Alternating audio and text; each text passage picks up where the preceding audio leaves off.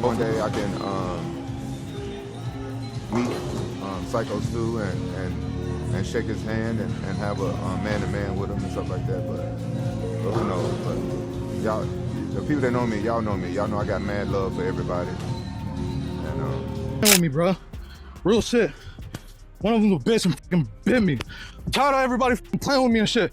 Think I'm always playing and shit. Call me bitch and shit. It wasn't supposed to end like this. The son of a UFC legend, once desperate to carve out his own name, now sits in a courtroom, not as a fighter, not as an entertainer, but as a defendant choking on his own tears. Rampage Jackson, the man who once bragged about clout, broke down in front of a judge, begging for forgiveness after Syko Stu's lawsuit landed like a final knockout punch. The cameras captured everything. His hands trembling, voice cracking, Raja admitted the unthinkable, that his reckless actions inside a small wrestling ring left another man permanently disabled. For the first time, the cocky bravado was gone. In its place was a young man, shattered, trying to piece together what little was left of his reputation. But the courtroom wasn't moved by crocodile tears alone. This wasn't just a fight for sympathy, it was a fight for justice. Syko Stu, the wrestler and military veteran who suffered life-altering injuries, refused to let Raja's breakdown rewrite the truth. His lawsuit wasn't about clout, it wasn't about revenge, it was about accountability, and hovering over it all was the shadow of Rampage Jackson himself, the father who mocked his son on live streams, the legend whose legacy now risked being stained forever. Raja's meltdown might win him headlines, but the question remains, will it win him forgiveness? Or is this the final nail in the coffin of the Jackson name?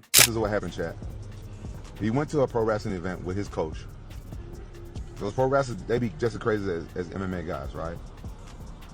The pro wrestling guy don't know my son, and he hit him over the head with like a can or a beer can or a bottle or something. Dog gotta go to prison. I usually don't like to involve myself in other men's situations, but I feel I'm qualified to speak on this. And dog messed up. And if it's Rampage, I love Rampage.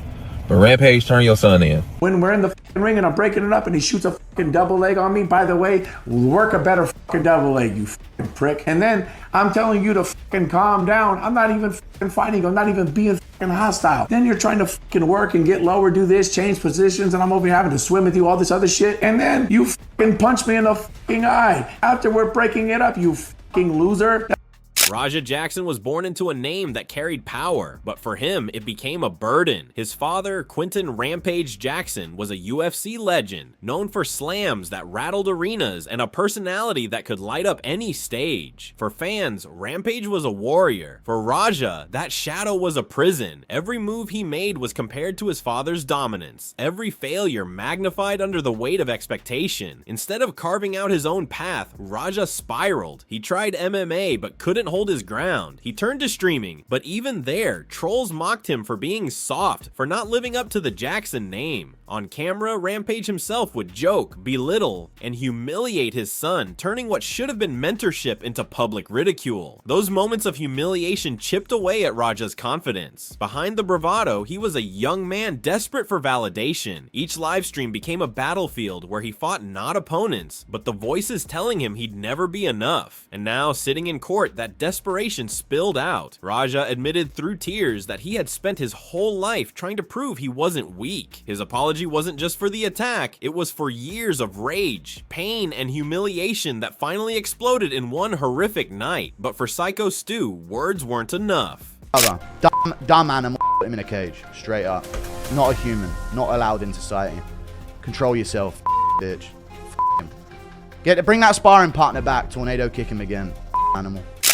The best part about that is like he needs his rest and his space, and his family needs their rest and their space, and I don't want to be an extra person pushing in on time they could be spending with. The courtroom replayed the night like a nightmare on repeat. Knox Pro Wrestling Academy, where young wrestlers cut their teeth, was supposed to be a place of performance and play. That night, it became the stage for disaster. Stu tapped Raja on the head with a prop beer can. A joke in wrestling terms, a harmless gag. But for Raja, it was the spark that ignited everything. On his livestream, Raja promised retaliation. He called it real, not scripted, swearing he'd show everyone watching that he wasn't a joke. Viewers egged him on, laughing, mocking, pushing him closer to to the edge. Even Rampage, streaming separately, piled on with cruel comments instead of guidance. The result was chilling. Raja stormed into the ring mid-match, scooped Stu up, and slammed him with a violence that belonged in an MMA cage, not a wrestling show. He followed with 20-30 blows, leaving Stu unconscious and bleeding, his mother screaming in horror from the front row. Now, in court, as those clips played for the jury, Raja sobbed uncontrollably. He admitted he lost control, that he let the voices of trolls and the weight of humiliation consume him. But Stu's lawyers cut through the tears with one statement: this wasn't a mistake, it was premeditated. When Syko Stu finally took the stand, the courtroom fell silent. A man once respected in the indie wrestling scene, once defined by resilience, now sat broken, permanently disabled, fighting daily battles with his body and his spirit. His testimony wasn't delivered with theatrics. It was raw, painful, and unforgettable. He described the betrayal of that night, the trust he had in the ring shattered, the sight of his mother watching helplessly as he lay bleeding, the humiliation of being pinned unconscious while the show carried on, as if his life meant nothing. His voice cracked as he spoke, but his message was sharp. Raja hadn't just attacked him, he had stolen his future. Raja, listening, broke down again. He wiped tears, shook his head, whispered apologies. He pleaded with Stu to believe that he never wanted to ruin his life, that he acted out of anger and pride, not malice. But Stu didn't flinch. He made it clear. His lawsuit wasn't about revenge. It was about accountability. He had lost his career, his health, and his peace. No apology could undo that. What Raja was asking for, mercy, was something Stu could never afford to give. The wrestling community erupted after Stu's testimony. Veterans condemned Raja's actions, calling them a betrayal of everything wrestling stood for.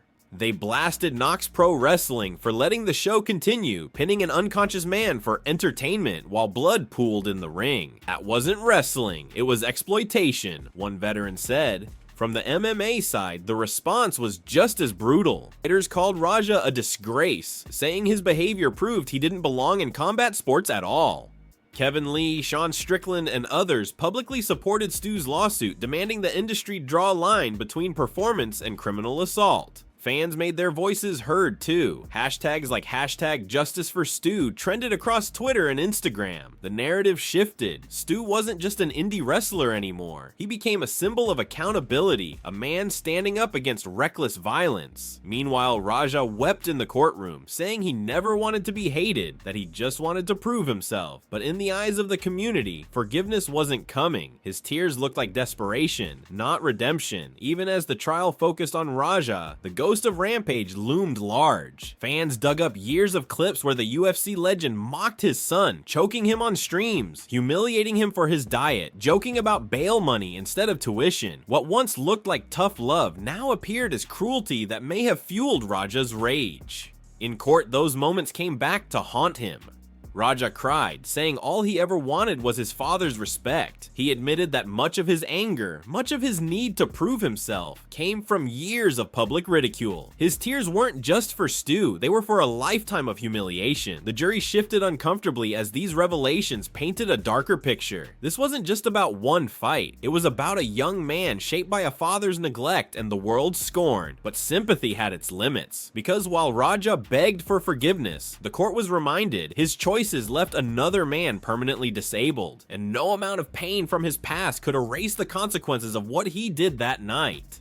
The courtroom battle wasn't just about guilt, it was about the price of what happened. Stu's lawyers laid out a case that left no room for doubt. They presented Raja's livestream threats, his chilling words promising real violence, and the medical reports that confirmed Stu's permanent disability. Every piece of evidence hammered home one truth. This wasn't an accident, it was deliberate. The damages they demanded were staggering. Coverage for years of surgeries, rehabilitation costs, loss of income from a career that would never continue, and emotional trauma that could never be erased. On top of that, they sought punitive damages designed to punish Raja for the reckless cruelty of his actions. As the numbers were read aloud, Raja broke down again. He sobbed openly, saying he had nothing left, that prison had already stripped him of freedom, and this lawsuit would strip him of his future. His voice cracked as he begged Stu not to ruin him further, claiming he had already learned his lesson. But for Stu, the issue wasn't money, it was justice. He reminded the court that no financial settlement could restore his health. Raja's pleas may have stirred sympathy, but they couldn't erase the reality. Someone had to pay for a lifetime of pain. While Raja begged for forgiveness, Stu lived the slow, grinding reality of recovery. Multiple surgeries, months of rehabilitation, and sleepless nights became his new normal. Each day was a reminder of what was stolen from him, the career he loved, the physical strength he once relied on, and the trust he had in the ring. But even in brokenness, Stu's resilience shined. His lawsuit wasn't just about himself, it was about every indie wrestler who put their body on the line without proper protection. He stood as a symbol of accountability, turning his personal tragedy into a larger fight for dignity in combat entertainment. Raja's path, meanwhile, was a free fall. His fighting career, gone. Wrestling, blacklisted. Streaming, poisoned by shame. Even the Jackson family name, once celebrated, was now synonymous with disgrace.